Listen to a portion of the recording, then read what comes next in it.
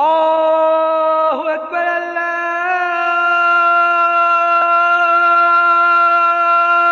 अकबर। अशहदु अल्ला इलाहा इल्लल्लाह। अशहदु अल्ला इलाहा इल्लल्लाह।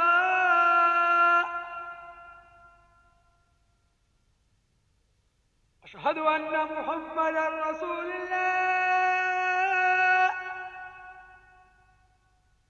अशहदु अन्ना मुहम्मदर रसूलुल्लाह।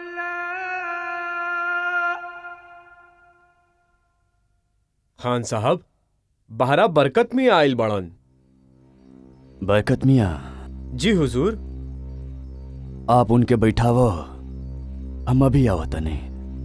ठीक बा।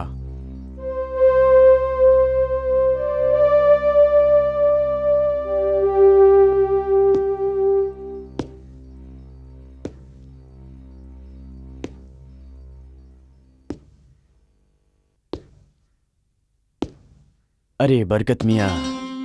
सलाम अलैकुम खान साहब। वालेकुम अस्सलाम। कैसन बड़ा? बस दुआ बा। अजीब ही इत्तेफाक बा, हम आज ही आपकी याद करते रहनिया। और देखिए हम हाजिर हो गई नहीं। आओ बैठा। अब कहा का लेबा? ना बस कुछ ना। कुछ न कहे। अक्षय मियाँ। हाँ हुजूर। बरकत मियाँ कदी कुछ चाय नाश्ता लिया? अभी लेके आनी मालिक।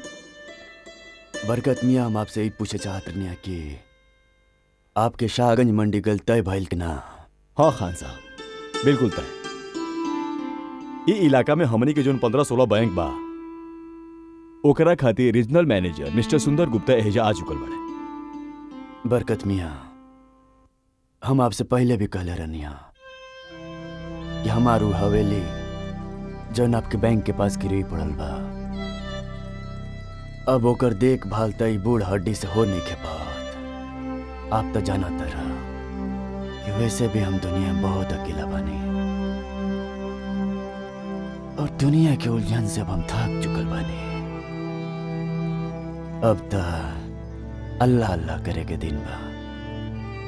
बरकत मियाँ क्या ऐसा कुछ नहीं हो सकत कि आप ही के बैंक को हवेली के नीलाम करके अपना कर्ज के रकम वापस ले ले? खान साहब हम एकरे सिलसिला में रुआ से कुछ बातचीत करे आइल बानी। बोला। हमनी के जवन रीजनल मैनेजर साहब बाड़े वो फिलहाल सरकारी डाक बंगला में ठहरल बड़े। हम उनकरा से मुलाकात कैनी और राउर हवेली के बारे में तफसील से बातचीत कैनी। ले थैंक यू। सुंदर साहब, खान साहब बड़ा खानदानी और नेक इंसान बने, साथ ही बड़ा दरिया दिल भी बने। उनका अपन कास्ट के लायक जितना जमीन रहे वो जमीन गरीब किसान में बांट देनी। बिल्कुल अकेला बनी ई दुनिया में। उम्र के ई अंतिम पड़ाव में सुकून से जियल चाहता नहीं। उनकर ख्याल बा कि उनकर उ जवन हवेली उ बैंक के पास गिरवी पड़ल बा, हमनी के बैंक ओकरा के नीलाम करके अपन कर्ज के रकम वसूल कर ली। वो नहीं चाहत कि वो कर्ज के बोझ लेके दुनिया से जाए। आप सही कहत बानी, पर खान साहब के बारे में ये सब जानला के बाद हम पर्सनली ई चाहतनी कि ई प्रॉब्लम के ई हल निकालल जाए जे बैंक के प्रॉब्लम भी सॉल्व हो जाए और नेक बुजुर्ग के हवेली नीलाम होवे से भी बच जाए। सुंदर साहब, ऐसा कोनो हल मुमकिन बा का? काहे नहीं बरकत साहब। देखा, आप खान साहब से मिला और उनका के ई समझावा कि हवेली के एक हिस्सा बैंक के नाम कर दे, यानी कि बैंक के किराए पर दे दे। तो उ रकम जब बैंक के हर महीना बतौर किराए पे देवे के पड़ेला, उ सब उनकर लोन में एडजस्ट होवत रहे। आई तरह से धीरे धीरे उनका कर्जो चुक जाई और अगर बैंक के पैसा मिल गए तो हवेली नीलाम होवे से बच जाई। भाई वाह सुंदर साहब, ये तो बड़ा ही उम्दा हल निकलने रहुआ ये बड़ा मसला के। ये खबर सुनकर तो खान साहब बड़ी खुश हुई है। तो ठीक बा, तो आप खान साहब से मिल के सब कार्रवाई पूरा कर ला। और अगर ये हो गल तो इस साल खत्म होते होते हम अपन रीजनल ऑफिस वहीं ले जाएं। और जब तक खान साहब जिंदा रही हैं उनका खातिर एगो अच्छा खासा पेंशन हो जाई। थैंक यू सुंदर साहब, थैंक यू वेरी मच। थैंक यू की जरूरत नहीं बा। आप ना जानेला कि हम 4 भाई बानी, और जब हमर 3 भाई के वजह से हमार बूढ़ा पिताजी के अपन पुराना पुश्तैनी मकान बेचे के पड़ल रहे, उनकर जे दर्द रहे, जे तकलीफ रहे, वो दर्द और तकलीफ के हम आज भी महसूस करतानी। तब तो सुंदर साहब रहुआ अपन फैमिली के हिजा बुलवा ही ली। हाँ, हम अपन फैमिली के बुला लेतानी, और अब तो केहू किराए के मकान के जरूरत ना रहल। बस ई है कि एक बार खान साहब राजी हो जाए ई बात पर।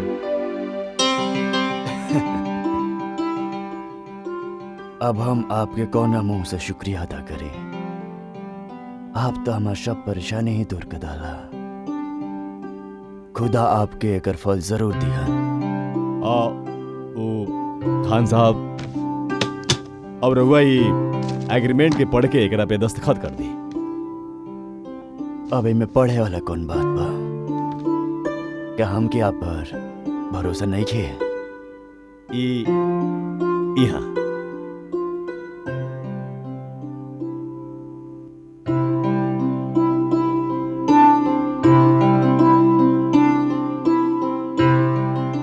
तो खान साहब, अगले महीने के 15 तारीख के सुंदर साहब अपन फैमिली के साथ ही हवेली में रहे आ रहल बाड़े। वो दिन सुबह 11 बजे उनकर गृह प्रवेश हुई।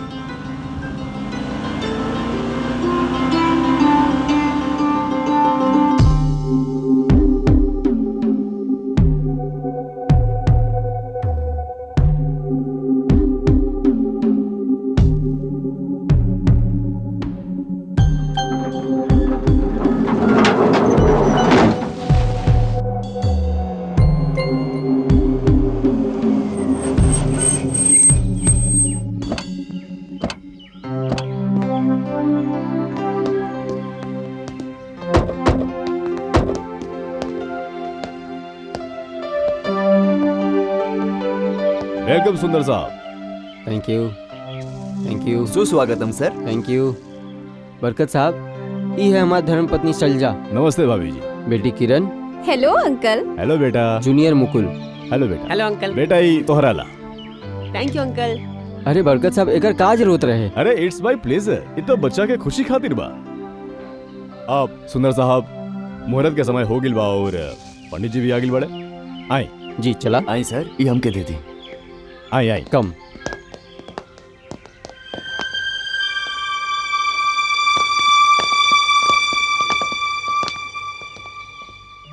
ओम स्वस्ति न इंद्रो वृद्धश्रवाः स्वस्ति नः पूषा विश्ववेदाः स्वस्ति नस्तार्क्ष्यो अरिष्टनेमि स्वस्ति नो बृहस्पतिर्दधातु श्रीश्च ते लक्ष्मीश्च पत्न्या बहो रात्रे पार्श्वे नक्षत्राणि रूपमश्विन व्याप्तम् इष्टन् निशाणं मयिषाण सर्वलोकं मयिषाण। ला बेटा, कलश ले ला। अब प्रवेश कर लो आप लोग। इली भाभी जी चाबी। आपन शुभ हाथ से ही घर के दरवाजा खुली और शुभ कदम से ही घर में प्रवेश करी। जी। आई। गृह प्रवेश करा शैलजा।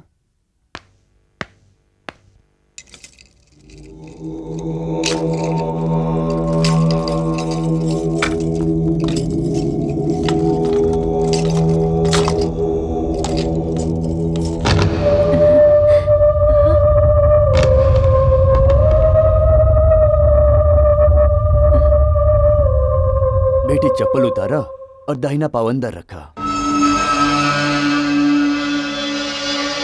जी।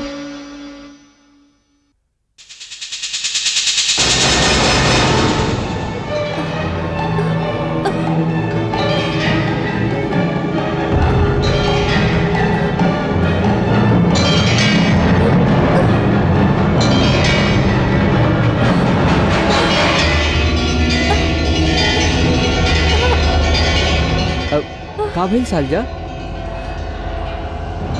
रे प्रवेश कर सालजा। जी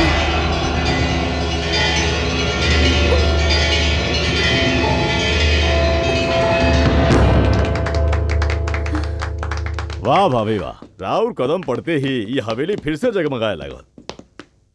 पंडित जी, हाँ बेटा, ये कलश कहाँ रखे के बा? ई रसोई घर में ले जा। बेटी, ई कलश आप रसोई घर में रखता और हम हवन के प्रबंध करता नहीं। तब तक आप अपना हाथ से थोड़ा हलवा बना था। जी पंडित जी। जी आई भाभी जी, हम रसोई घर हुआ के दिखाओ ठीक तने। आई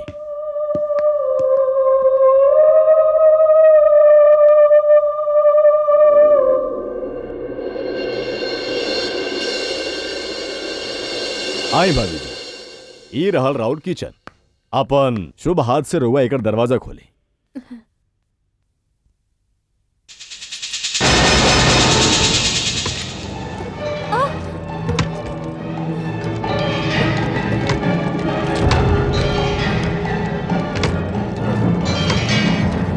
का भइल भाभी?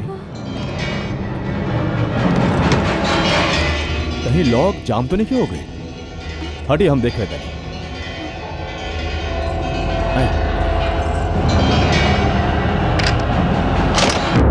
खुल गई।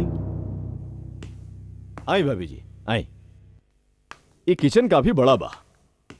दरअसल ये काफी पुराना जमाना के बा ना।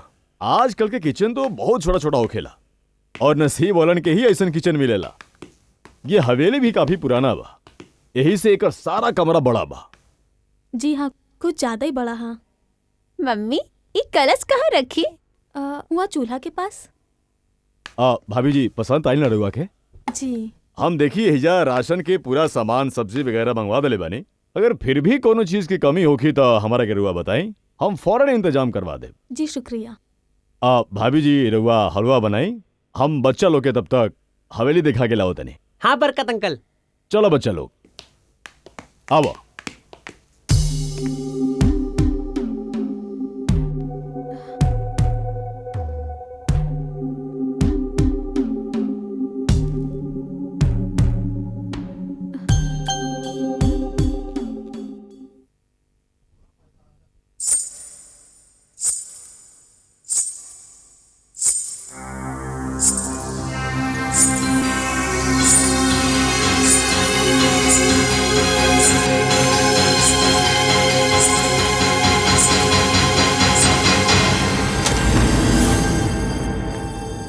ये बात तू लोग के मम्मी पापा के कमरा। Wow, so big, wonderful. Uncle, हमनी के कमरा भी इतना ही बड़ा हुई ना? हाँ हाँ, कहे ना। आओ, तू लोग के दिखाओ तनी। चलो।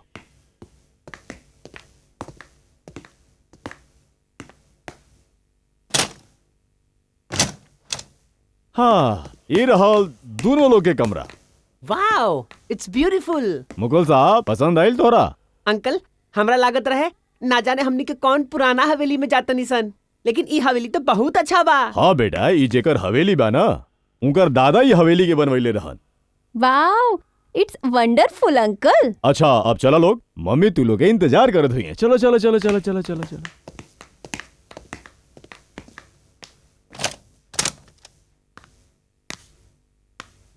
किरण, मुकुल, मुकुल, किरण कहाँ बाड़ू तू?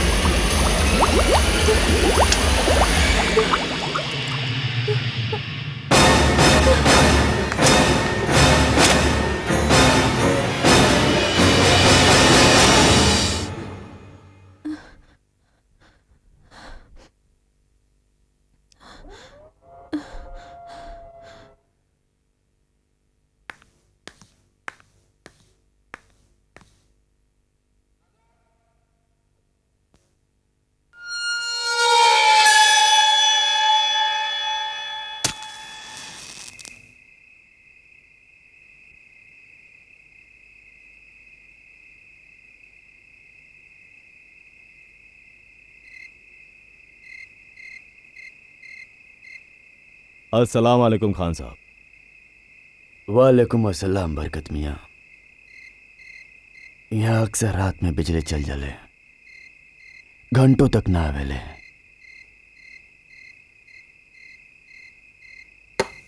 शुक्रिया अक्षय मियाँ। हाँ तो बतावा, वहाँ सब ठीक ठाक हो गइल बना? हाँ खान साहब, सुंदर साहब के पढ़ा लिखा नेक बीबी और दुगो बच्चा बाड़े। बड़ा ही खुश मिजाज और दरिया दिल बाड़े। खान साहब, वो हवेली फिर से जगमगाए लगल और सुंदर साहब भी बड़ा खुश रहल। वो तो हमार शुक्रिया अदा कैले कि उनकरा हमरा वजह से इतना अच्छा हवेली मिल गई। उनकरा और भी खुशी हुई अगर एक बार रुआ उनकरा से मिले हवेली में चलती।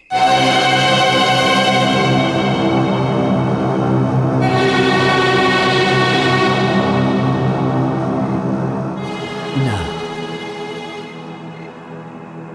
सुंदर साहब के बहुत एहसान बा हमरा ऊपर।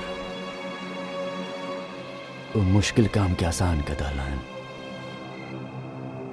मगर हमारू हवेली में जाके जी नहीं क्या करत।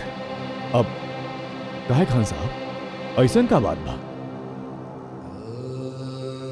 बरकत मियाँ, वो हवेली से हमार बहुत पुराना याद जुड़ल बा। यहाँ पर अकेला रहे नहीं तो याद इलाही में सब वक्त गुजर जाला। एजा हमके वो याद के शाया ना करेला। अब हम जब दुनिया से अलग हो गई बनी तो दोबारा वहां जाके अपना आप के वो जंजाल में फंसा ली ना, बिल्कुल भी ना। दिल के बहुत सुकून मिलल बरकत मियाँ, ये जान के कि वहां पर सब कुछ ठीक हो गए।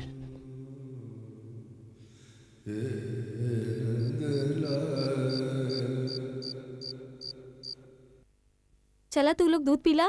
मम्मा हमनी के बाद में पी लेम सन। ठीक बा, लेकिन सोए से पहले पी लिया जरूर। ओके मम्मी। देखा बेटा, ये नई जगह बा, पहली रात बा, शायद नींद ना आवे। डोंट वरी मम्मा, हमनी खातिर नया जगह पर जाइल कोनो नया बात नहीं खे। और वैसे भी मम्मी, हमनी के ई घर तो बहुत अच्छा लागल और ऐसा सुंदर घर तो हमने देखनी ही ना। अच्छा देखा, लेकिन दूध पियन ना भूलिया। Okay, good night. Good night मम्मा। गुड नाइट मम्मा। गुड नाइट बेटा।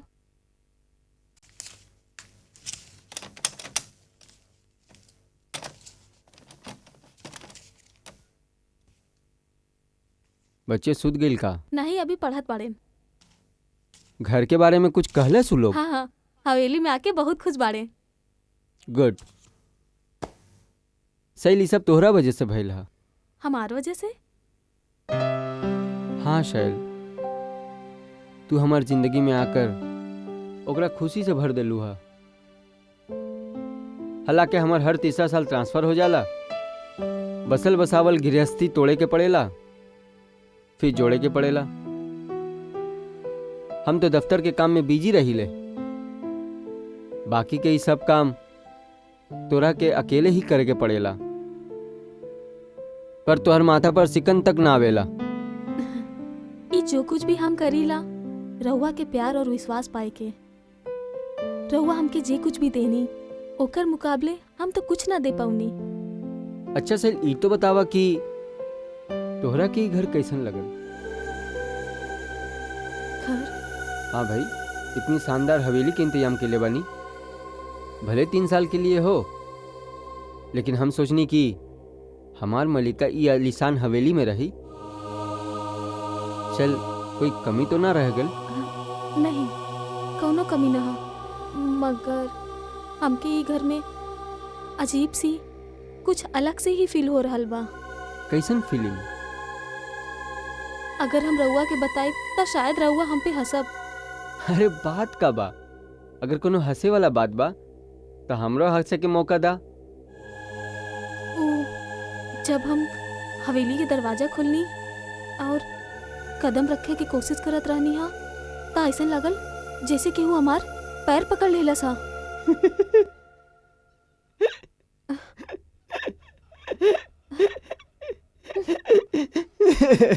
ओके उठी रहुआ उठी।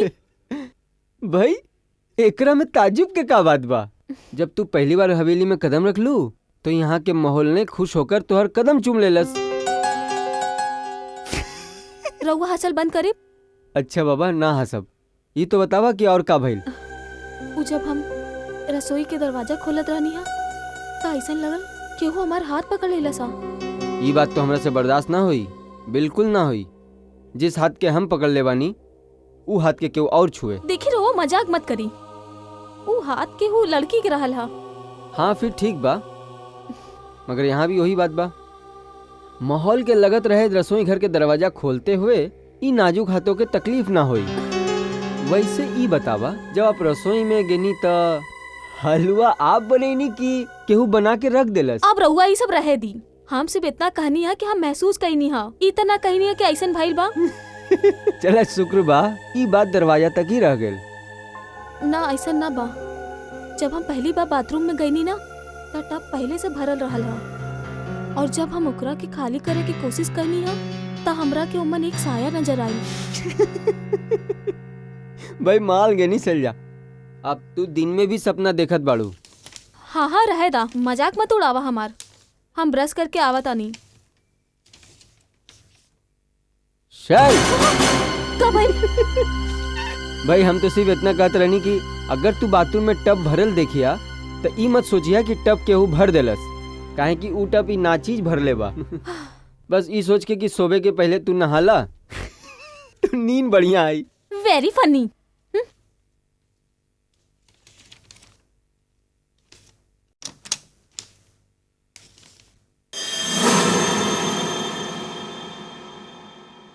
कहत रहले ना कि पानी भर ले हई।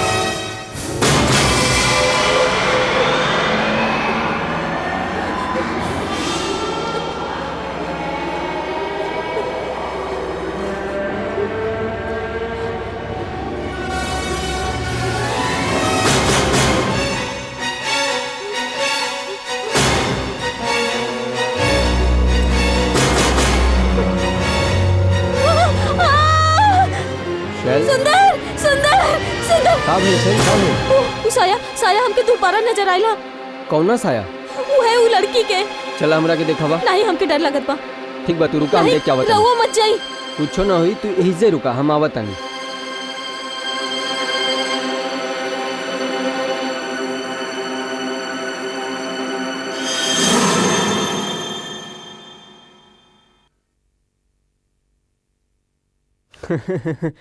सेल कमाल कर दिलू तू। कैल हो गनी हम तोहार। हम थोड़ा सा हंसी का कर लेनी, आप तो इस कदर डर के हमर जाने निकाल ले लू। हम सचमुच में डर गई नहीं, मजाक नहीं के करत, हम सच कहता नहीं। चलो ठीक बा, खुश आप जितला हम हारनी। अब तू भी थक गेल बाड़ू, कल हमरा के बहुत काम बा, थोड़ा आराम कर लेवल जाई। कम आवा।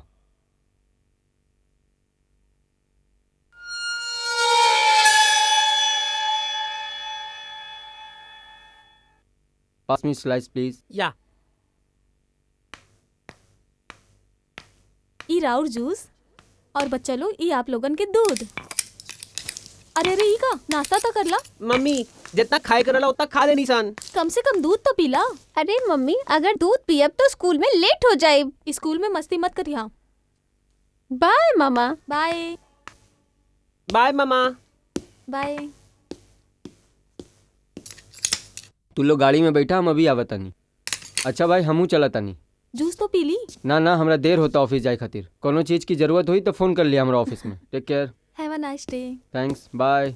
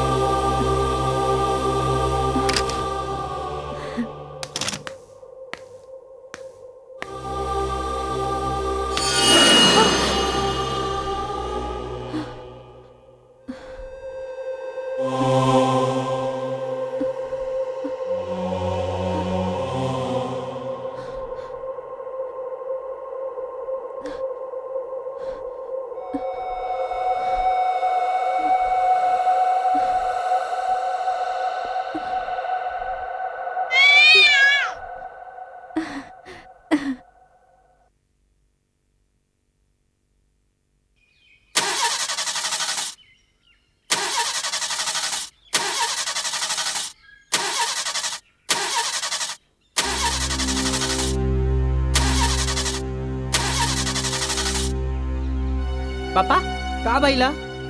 पूछो ना बेटा, बस गाड़ी नहीं खे स्टार्ट हो। पापा जल्दी करी ना, हमने के स्कूल के लेट होता। 1 मिनट बेटा, अभी हो जाई।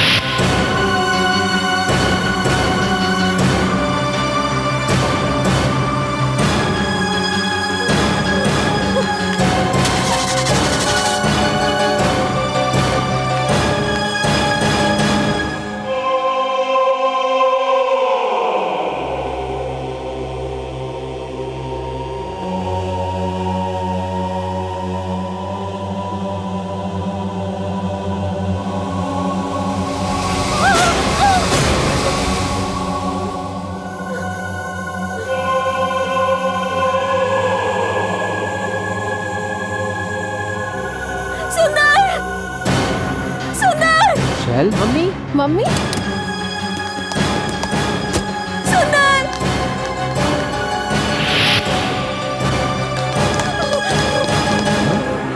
का भेल शैल? के बा वहाँ पर? कोई हाँ बतावा तो सही, का बा? हुआ एक लड़का हाँ का बात करता डू? हाँ वो हमरा के झुक के सलाम कैलस। आवा देखा था। नहीं नहीं हमके डर लागत बा। आवा तो सही। नहीं। कब? अरे तू लोग अंदर मत जाइए, सुंदर संभाल के। मम्मी यहाँ तक केहू नहीं खे। तू चुप रहा। सुंदर जल्दी बाहर आइया। सुंदर शैल, यहाँ तो केहू ना बा। नहीं यहाँ रहल, हम खुद अपने आँखी से देखनी हा। वो तो हमरा के झुक के सलाम भी कैला सा। हाँ पर यहाँ तो केहू ना बा। हाँ मम्मी एजा तक केहू नहीं खे। तो फिर बाथरूम में हो सकेला। हुआ देखी। चला वो देखत हई। अब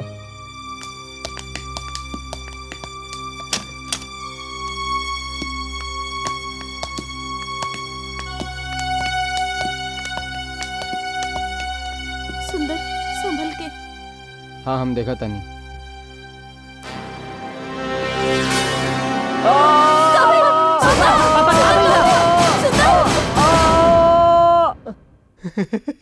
सुंदर हमके ऐसा मजाक बिल्कुल पसंद नहीं खे। रिलैक्स रिलैक्स, हम जाता नहीं।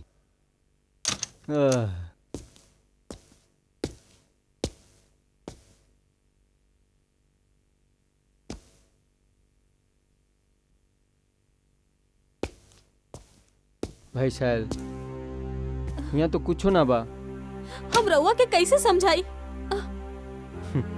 ये महज एक वहम बा जे तोहर दिमाग में घुस गल बा। और जब के वो वहम के शिकार हो जाला तो खुद अपन साया से भी डरे लगेला। हाँ मम्मी तू डर गई बाड़ू। हाँ मम्मी भैया बिल्कुल सच कहत पड़े, आप तो सच में डरा गए बड़ी।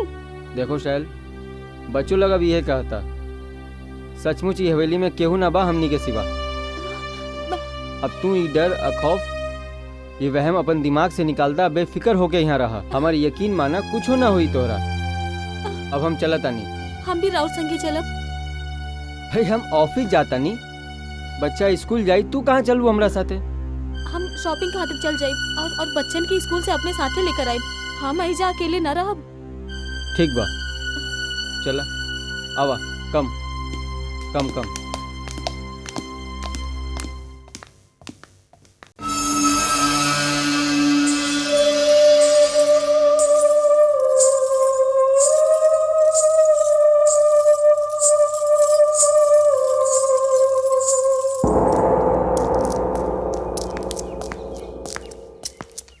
Come fast, we are getting late.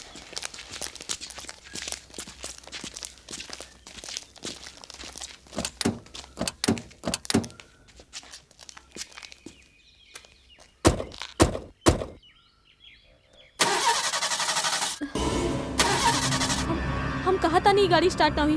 हम जाना था नहीं गाड़ी स्टार्ट ना हुई।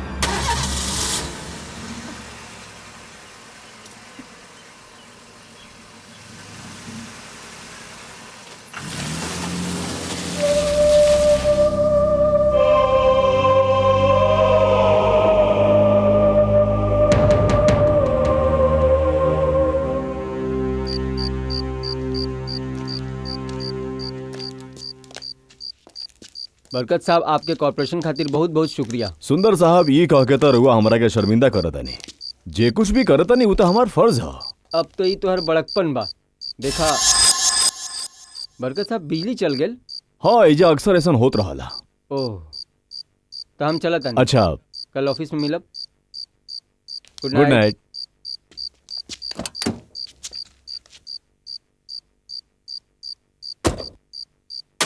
By bye. बाय।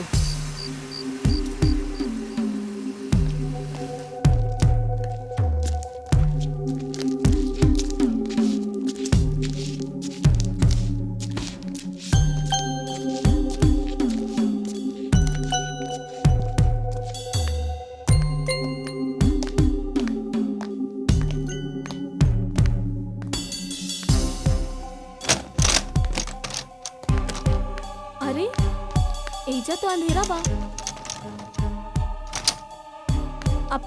अब का कल जाए? कोई का मम्मी मोमबत्ती जला लेवल जाए।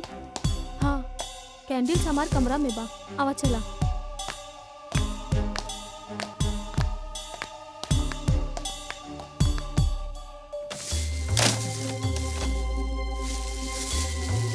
तू लोग एजे रुका, हम अभी कैंडल लेके आवता नहीं। हाँ मम्मी।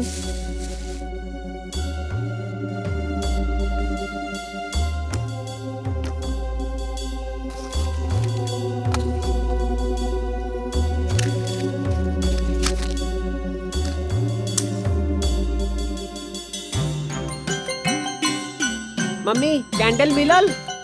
हाँ मिल गई, हम अभी लेके आवता नहीं।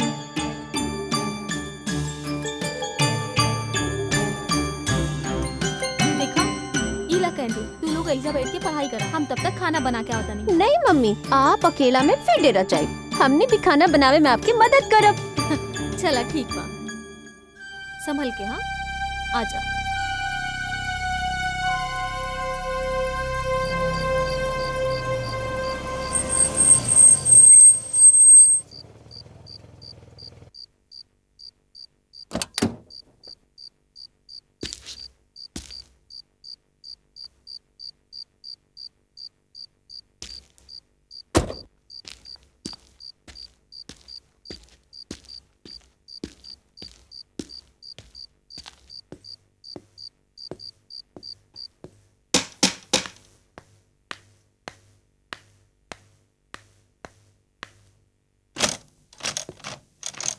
तो एजा भी लाइट ना बा। हाँ पता ना कैसन शहर बा, गर्मी के मारे तो हमार दम घुट रहल बा।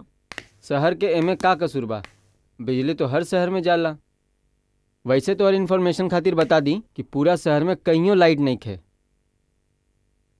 बच्चे नहीं खे देखा। वो अपना कमरा में पढ़ा ताड़े कैंडल लाइट में। खाना खा ले वो लोग। हाँ रउआ भी फ्रेश हो जाई, हम खाना गरम कर देता नहीं। ठीक बा।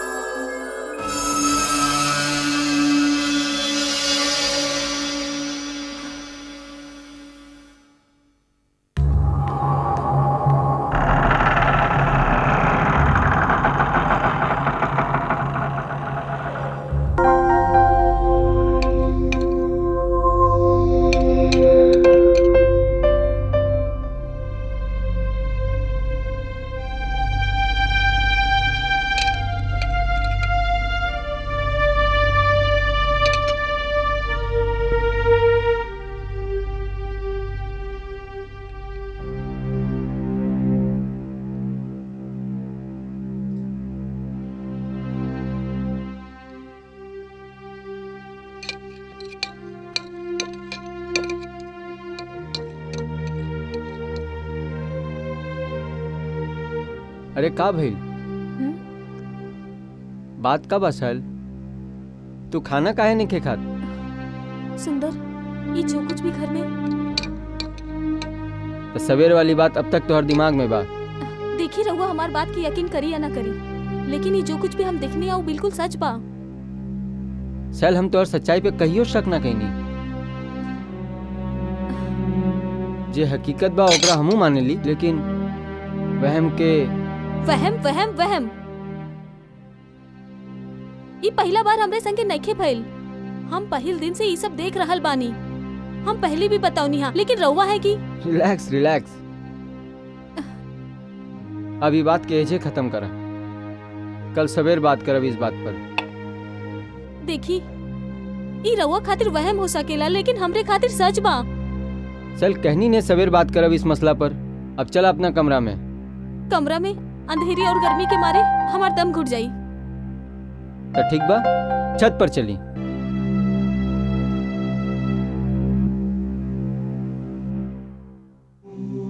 इली भाभी जी चाबी। आपन शुभ हाथ से ही घर के दरवाजा खुली और शुभ कदम से ही घर में प्रवेश करी। जी। गृह प्रवेश करा सलजा।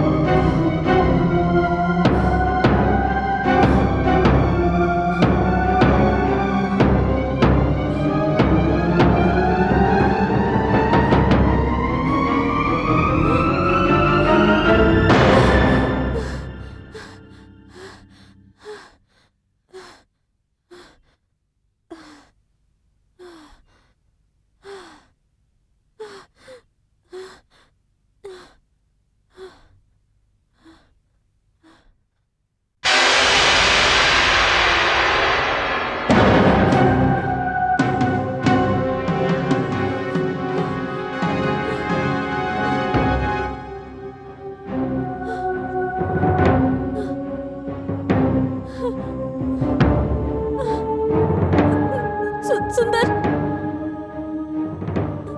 सुंदर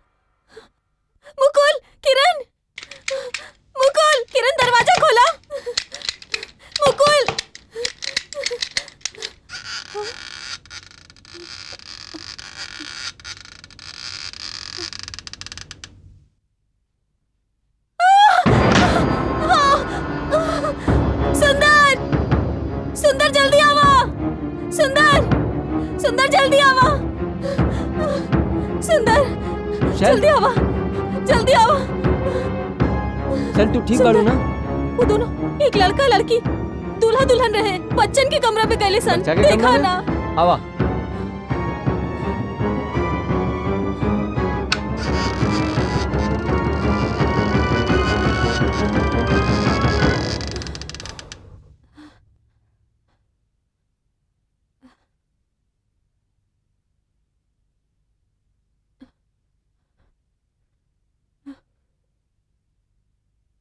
देखो शैल, बच्चे तो आराम से सोता था। शैल तू कोनो डरावना सपना देख के डर गल बाड़ू। हम कोई सपना ना देखनी, हम सोवत ना रहनी या जागत रहनी हा। हम देखनी वो दोनों उड़त उड़त आइले हा, वो हमरा के सलाम कैले हा। वो लड़का तो किचन में गई, लेकिन वो लड़की के यह कमरा में जात हम देखनी हा। समझे की कोशिश करा शैल, ये महज तोर दिमाग के वहम बा। कल भी हम जे देखनी वो हमार वहम ना रहल हा। अब हम रउआ के कैसे समझाई? ई घर में आत्मा बा जे हमके नजर आवेला। ई घर हमनी के रहे लायक नहीं खे। हम ऐजा ना रह सकिनी, प्लीज हमनी के यहाँ ना रहब। शैल, रात के वक्त बा, पूरा शहर में अंधेरा बा। ठीक बा, हम कल सुबह बरकत मियाँ से मिलके कोनो उपाय करब, पर सुबह तक तो धीरज रखा। सुबह तक इंतजार नहीं कर सकत, तब तक तो हमार जान निकल जाई। हमनी की जान के खतरा बा। हमनी की अब यही वक्त ई घर से चले के चाहिए। पागल मत बना भाई, ई रात के अंधेरा में कहाँ भटकब हमनी? हम कुछ नहीं के जानत, हम ऐजा ना रहब बस। देखा, हिम्मत रखा शैल, हिम्मत रखा। ठीक बा, तू जीत कर बाड़ू तो हम अभी बरकत मियाँ के घर जाए। भाई तू ऐसे करबू तो बच्चन लोगों पर का गुजरी? मम्मी पापा का भइला? कुछो ना बेटा, बस एगो सपना देख के मम्मी डर गेल रहे। अच्छा आप लोग ऐसा करा कि मम्मी के अपन साथ कमरे में बैठा हुआ, हम थोड़ा देर में आवतनी। अभी गेनी अभी आईनी। मम्मी के ध्यान रखा। ठीक बा। आवतनी। बेटा तू लोग ठीक तो बाड़ा ना? हाँ मम्मी। तहनी के कुछ भइल था ना?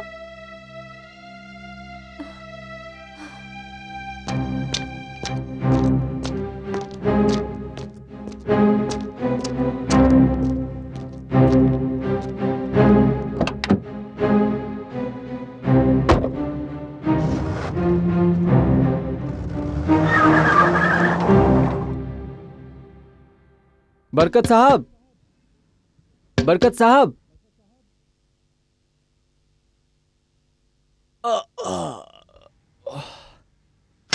अरे सुंदर साहब, रोआ इतना रात के? सब ठीक तो बा ना? आई अंदर आई।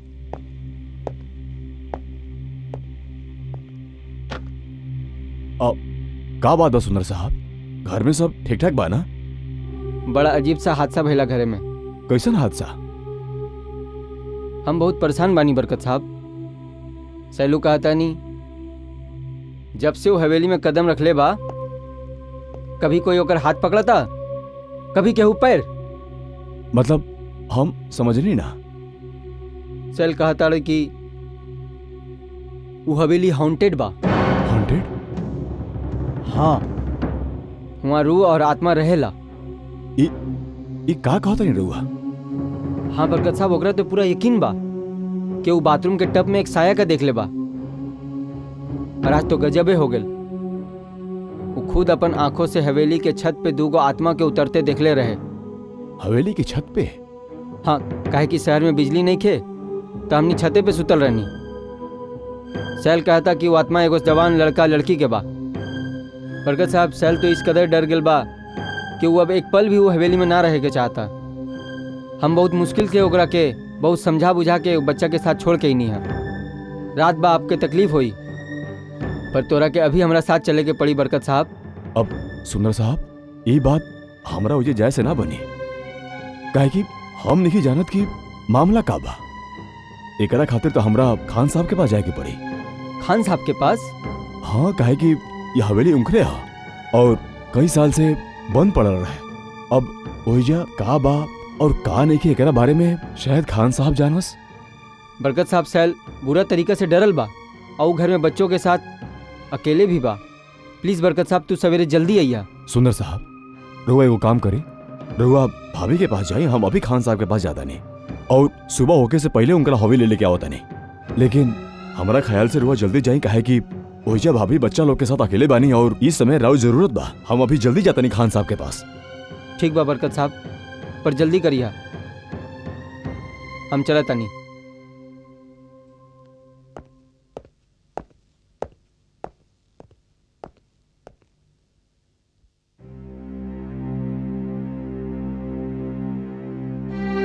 ये आप का कहा तरफ बरकत मियाँ? हम बिल्कुल सच कहता नहीं खान साहब। सुंदर साहब खुद आई रहले हमारा पास इतना रात के, वो बड़ा परेशान रहले। बात ही परेशानी के बा।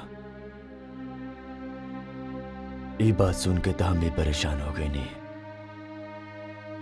सुंदर साहब बहुत दरिया दिल बाड़न, बहुत बड़ा एहसान बा उनकर हमरा ऊपर, और हमरा वजह से उनके परेशानी हो, ये बात हमरा खातिर शर्मिंदगी के बा। लेकिन वो जो ना बात से परेशान बाड़न, वो बात हमरा भी समझ से बाहर बा। लेकिन खान साहब ये मसला सिर्फ रउए हल कर सकिला, काहे कि सुंदर साहब की पत्नी एक पल खातिर भी वो हवेली में रहे के तैयार नहीं थी। ना बरकत मियाँ ना, अब अभी हमारा साथ चला, उनकरा लगे यही वक्त आओ हमारा संगे आओ।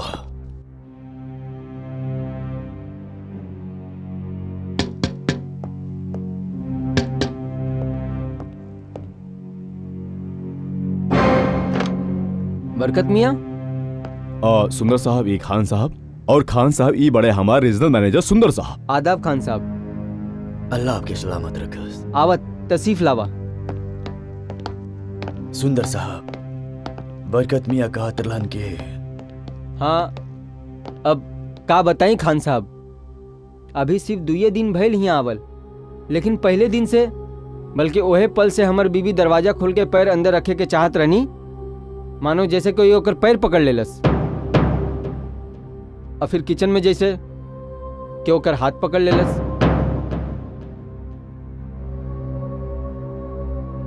सुंदर साहब, ये 2 दिन में जौन भी भइल, वो हम आपके बेगम के जुबानी सुना चाहता नहीं।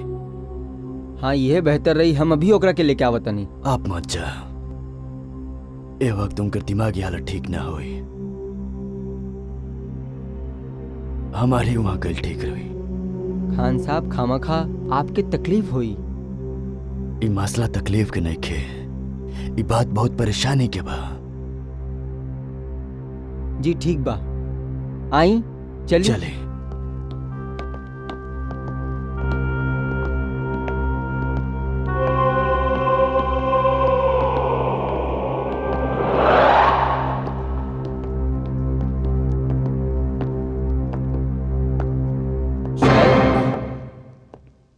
खान साहब आयल बड़े। आई खान साहब। सैल खान साहब ही हवेली के मालिक बानी, और खास तौर पे तोहरा से मिले आयल बड़े। अस्सलाम वालेकुम बेटी। सलाम कराई इनकरा के। देखी, अब हमके केहू से ना मिले के हा। जब से ई घर में आयल बानी, एगो डर एगो खौफ से लगल रहेला। बस अब हमके ई घर में नहीं के रहे के हा। चल देखा देखा बेटी, तू हमके अपना बाप जैसन समझा। जब बरकत मियाँ हमके बतैलन तो हम सुन के बहुत परेशान हो गई ने। लेकिन बेटी तू डरा मत, कुछ ना होई। हमके सिर्फ इतना बता दो तो का देख लू हा। देखा बेटी, आखिर हमके भी तो पता चले कि हमारी बेटी को ना बात से परेशान बिया। बेटी, हमरा खातिर जानल बहुत जरूरी बा कि आखिर तू यहाँ का दिख लो हा। बताओ बेटी, बताओ। जी जी बताओ तानी। वो पहले दिन जब हम ही घर में कदम रखनी, ऐसा लागल जैसे केहू हमार पैर पकड़ लेलस। जब किचन के दरवाजा खोलत रानी, ऐसा लागल जैसे केहू हमार हाथ पकड़ लेलस। और जब पहली बेर बाथरूम में गई नी, तो टब के पानी में हमके साया नजर आयल। एक धुंधला सा साया, जे केहू लड़की के लागत रहे। हमके वो साया दोबारा नजर आयल, मगर जब ये आके दिखनी तो वो साया वहां ना रहे। बस इतना ही देख ले रहो या और भी कुछ देख ले रहो? सिर्फ इतना देख के हम ना डेराइल रहनी हा, जैसे कि कहनी हा कि वो हमार वहम रहे। हम भी अपने आप के समझावत रहनी हा कि ऊ हमार वहम ही होई, लेकिन आज रात जे हम देखनी ऊ वहम ना रहे, सच रहल। एगो जियत जागत सच रहे जेकरा के देख के हम डर गई निहा, और ऊ डर अभी भी हमरा साथ बा। ना ना बेटी, डरा मत। साफ साफ बतावा, वहां तू और का देख लो? आज शाम से ही बिजली ना रहे, ता गर्मी से बचे के खातिर सुंदर और हम हवेली के छत पे ही सोवत रहनी हा। उनकर तो आंख लग गई, लेकिन डर के मारे हमरा के नींद ना आवत रहे। तब हम देखनी कि ऊपर दूर आकाश से दूगो साया हाथ में हाथ डाले यही और आवत रहले हा। हम डर गई नी, और उ साया हमनी के छत पे आकर उतर गई। तब हम देखनी कि उ साया न रहे, एगो नौजवान लड़का और लड़की रहे। फिर क्या भाई? वो दोनों हाथ में हाथ डाले हमरे करीब आ गईले। तब हम साफ तौर पे देखनी कि उ एगो 24-25 साल के लड़का रहे। ओकर रंग गोरा रहे और ओकर बाएं गाल पर एक तिल रहे, और उ दूल्हा के शेरवानी पहने रहे। और उ लड़की 21-22 साल के रहल हुई, गोरी, खूबसूरत, और उ शादी के लाल जोड़ा पहनले रहली हा। ओकरा गले में छोट छोट हार के साथ एगो बड़ हार रहे। उसके नाक में नथिया रहे और कान में सोना का झुमका और माथे पे झूमर, और ओकरा मेहंदी लगल हाथ के अंगूरी में हीरे के अंगूठी रहे। दोनों हमरा के झुक के सलाम कइले और नीचे सीढ़ी से उतर गईले, और हम डर गईनी। हमार बच्चा नीचे सोवत रहले सन, कहीं उन लोगन के कुछ हो ना जाए, यह खातिर हम चीखत चिल्लात भगनी हा। और देखनी कि उ लड़का किचन में गायब हो गई, और लड़की सामने वाले कमरा में हाथ में मेहंदी, कान में झुमका, शादी के जोड़ा। हे अल्लाह!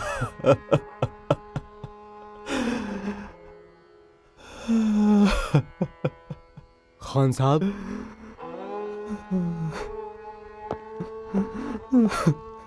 का भइल खान साहब?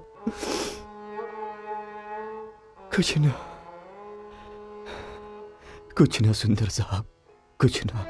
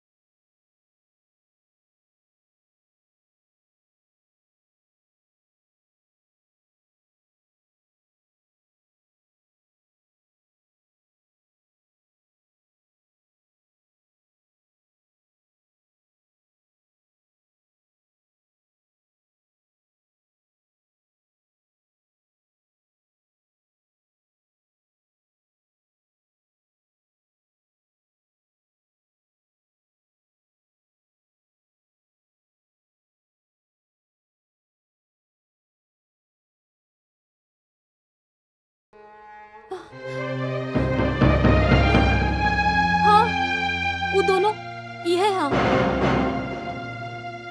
सुंदर देखा तो जल्दी आवा। ये दोनों वो है अजय हमके नजर आवेला। यह कपड़ा पहनले रहे वो दोनों।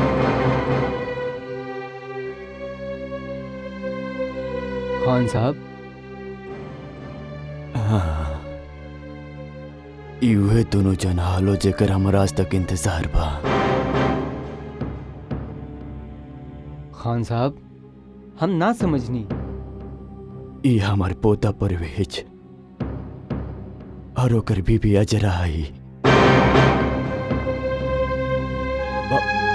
मगर खान साहब ये लोग के ऐसे शैल भाभी के दिखाई दिहल।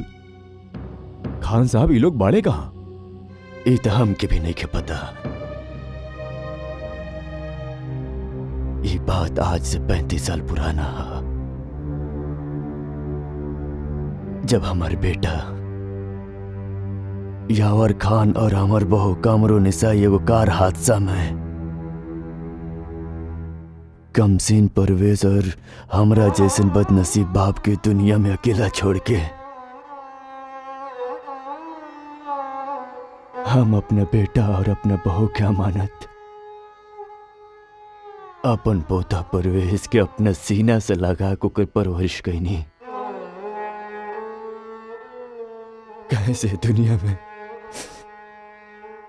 ओकर अलावा हमारा और क्यों ना रहे। परवेज बहुत ही ज़हीन, बड़ा समझदार और भोला भाला नेक बच्चा रहे।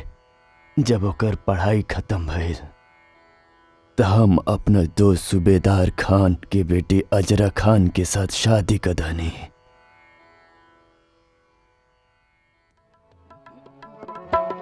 हमके आज भी याद बा उस शादी के मंजर।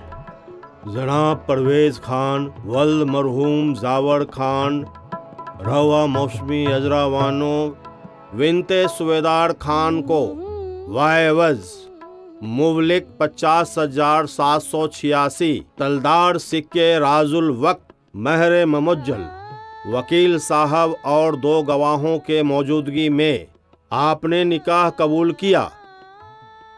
जी हाँ, हमरा निकाह कबूल बा। आपने निकाह कबूल किया। जी हाँ, हमरा कबूल बा। आपने निकाह कबूल किया। जी हाँ, हमरा निकाह कबूल बा। ली परवेज साहब यहाँ पे दस्तखत कर दी। शुक्रिया। रउआ भी।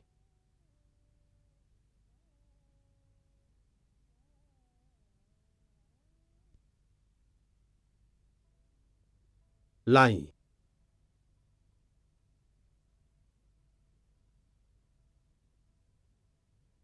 मुसम्मी अजरावानो विनते सुबेदार खान, क्या आपने जनाब परवेज खान वल्द मरहूम जावर खान को वायवज मुबलिक 50,786 रुपये तलदार सिक्के रायजुल वक्त महर मवज्जुल वकील साहब और इन 2 गवाहों के मौजूदगी में आपने निकाह कबूल किया?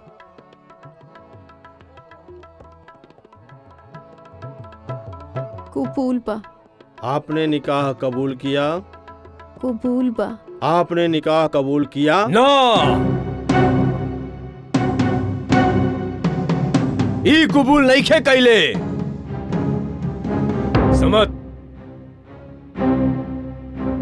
समत खानी का बदतमीजी है। ई बकवास ना हो। ई रिश्ता हमरा मर्जी के बगैर भइल बा। हम अजरा के ई खानदान में ना जाए देम। हमरा रहते हुए ई शादी कभी ना हुई। तू के हुए ई शादी के रोके वाला? हम अजरा के भाई हैं और हम अजरा के बाप हैं। समत खान, तोर बदतमीजी और आवारगी के हम बर्दाश्त करत आइल बानी, लेकिन अब बर्दाश्त के बाहर हो गइल बा। इस शादी में तो रजामंदी के जरूरत हमरा नहीं खे। आ एकर फैसला अजरा खुद कर चुकल बड़ी और ये हक ओकरा के शरीयत से मिलल बा। निकल जो यहाँ से, दूर हो जो हमारे नजर के सामने से। ये फैसला महंगा पड़ी, बहुत महंगा पड़ी अब्बू जान।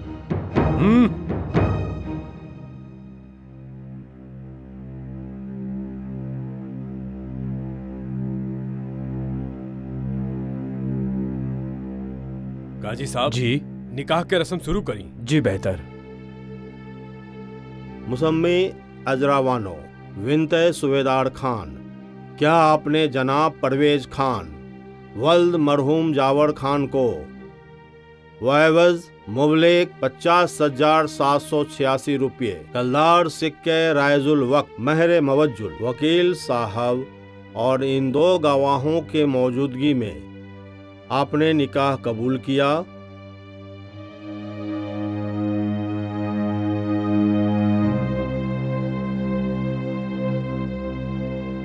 कबूल बा। आपने निकाह कबूल किया। कबूल बा। आपने निकाह कबूल किया। कबूल बा। मुबारक हो, मुबारक हो, मुबारक हो, मुबारक हो, मुबारक हो, मुबारक मुबारक हो, मुबारक आपको भी मुबारक हो। मुबारक हो। शुक्रिया शुक्रिया। आई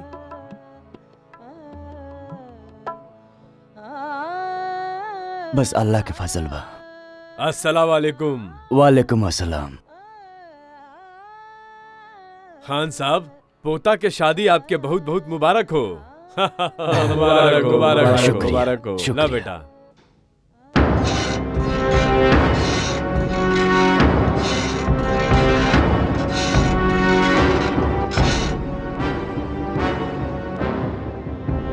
ना छोड़े, ना छोड़े मुकनी के।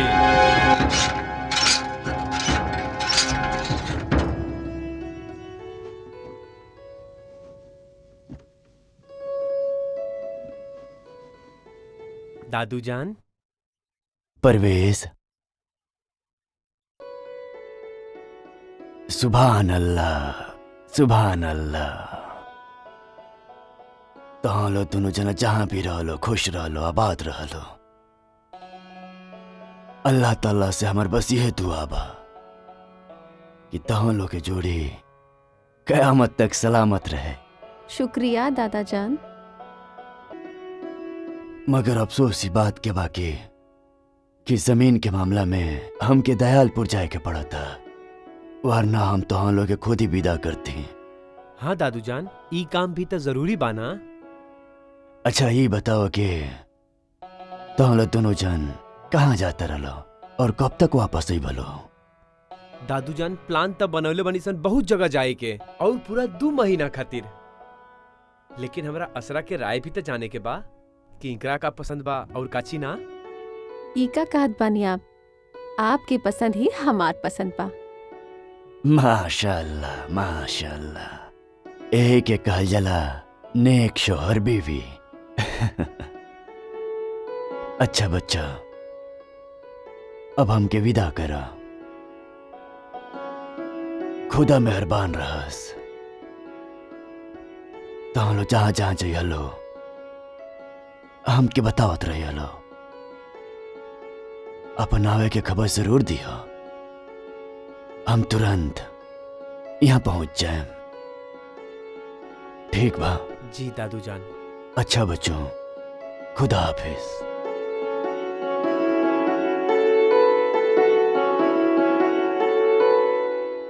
बस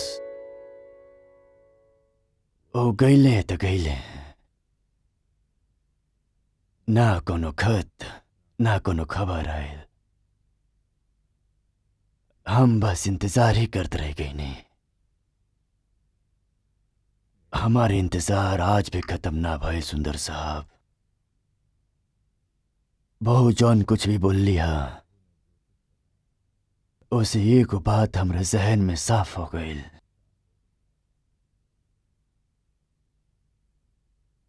कि अजरा के भाई समद खान निगाह के वक्त जो धमकी दिले रहे, वो केवल धमकी ही ना रहे बल्कि वो बात पे अमल भी कैलस।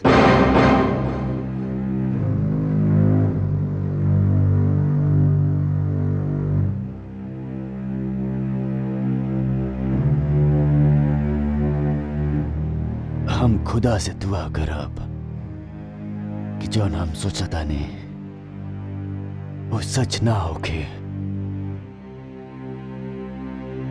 लेकिन जौन बात सामने आइल बा उससे हम सिर्फ एक ही नतीजा पर पहुंचल बानी। वो का खान साहब?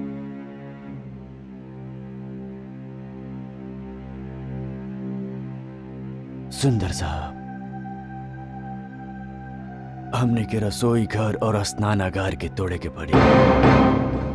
तोड़े के पड़ी?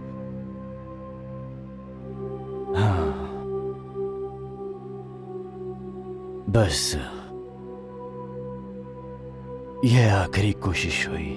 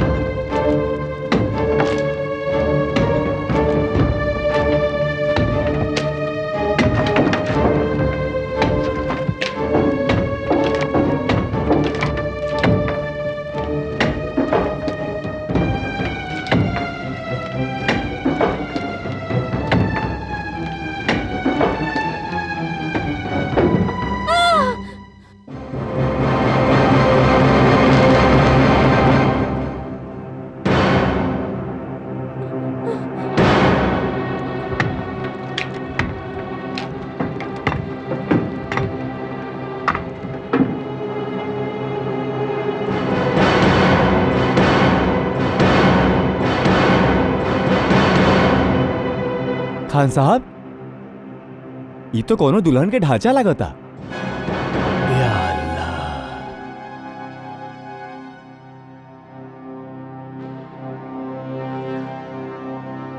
खान साहब,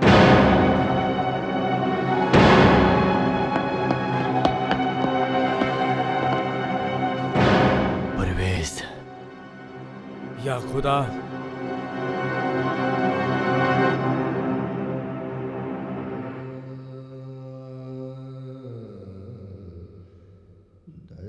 हमार परवेज और आजरा कहीं ना गई रहे लो, यहीं रहे लो।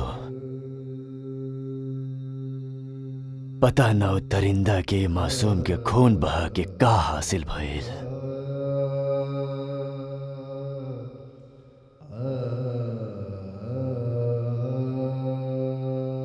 हमार शक सही निकलल।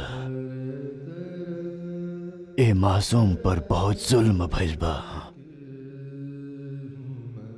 बहुत जुल्म। बेटी रू केहू के परेशान ना करत रहला, इ त पाक रो रहला। मौत के बाद ना तो ये लोग के नमाज़े जनाजा पढ़ल गईल, ना ही ये लोग के कब्र के मिट्टी नसीब भइल, जौन हर इंसान के आखिरी हक बा। बेटी इता के परेशान ना करत रहला, इता से फरियाद करत रहला। आपन आखिरी रस्म के अदाई खातिर।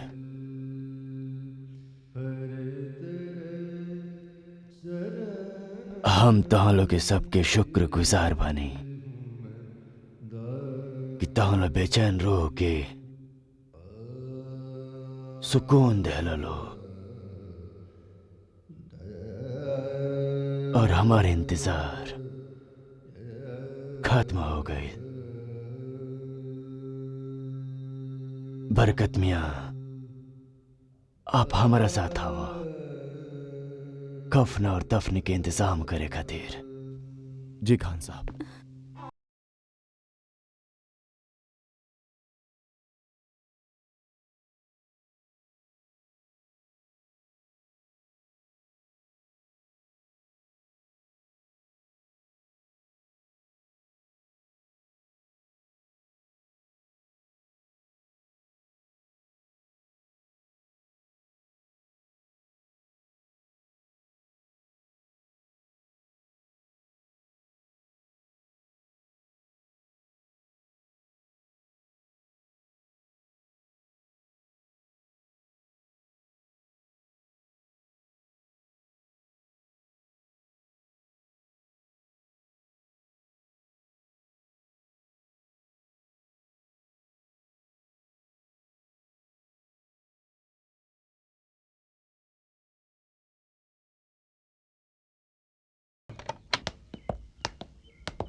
ई तहार पानी के बोतल, बदमाशी बिल्कुल मत करिया।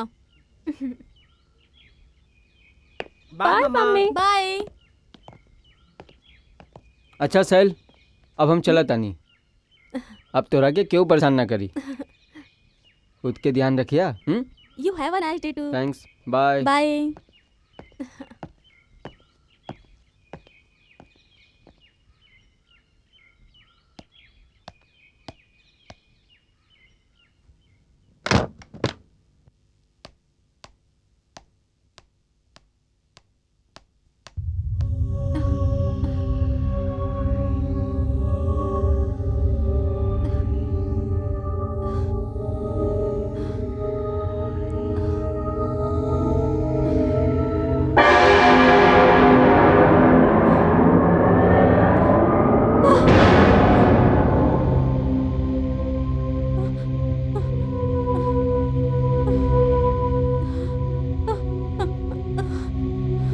डरी मत। हमनी के यहाँ आपके परेशान करे ना, बल्कि आपके शुक्रिया अदा करे आयल बनी सन। आपके खातिर हम जैसन बेचैन रूह के हमनी के आखिरी हक मिलल है। हमनी के जिंदगी में हमनी के केहू से अदावत या दुश्मनी ना रहल। हमार भाई समद खान पता न कवन दुश्मनी या नफरत के कारण हमनी के खून बहौलस। हमनी के तो हमार आखिरी हक मिल गए, मगर खुदा समद खान के ओकर करम के बड़ी दर्दनाक सजा देहलन। ओकर दुश्मन ओके मार के जंगल में फेंक देलन और चील कौआ ओकर लाश खा गईलन। बस एक के पैगाम बा हमनी के कि दुनिया में केहू एक दूसरा से नफरत ना करे। नफरत सिर्फ तबाही लेके आवेला और मोहब्बत ऊ फूल बा जेकर महक से पूरा दुनिया महकेला। मोहब्बत के मौत ना होखेला, वो मर के भी जिंदा रहेले। फिर एक बार आपके शुक्रिया। अलविदा।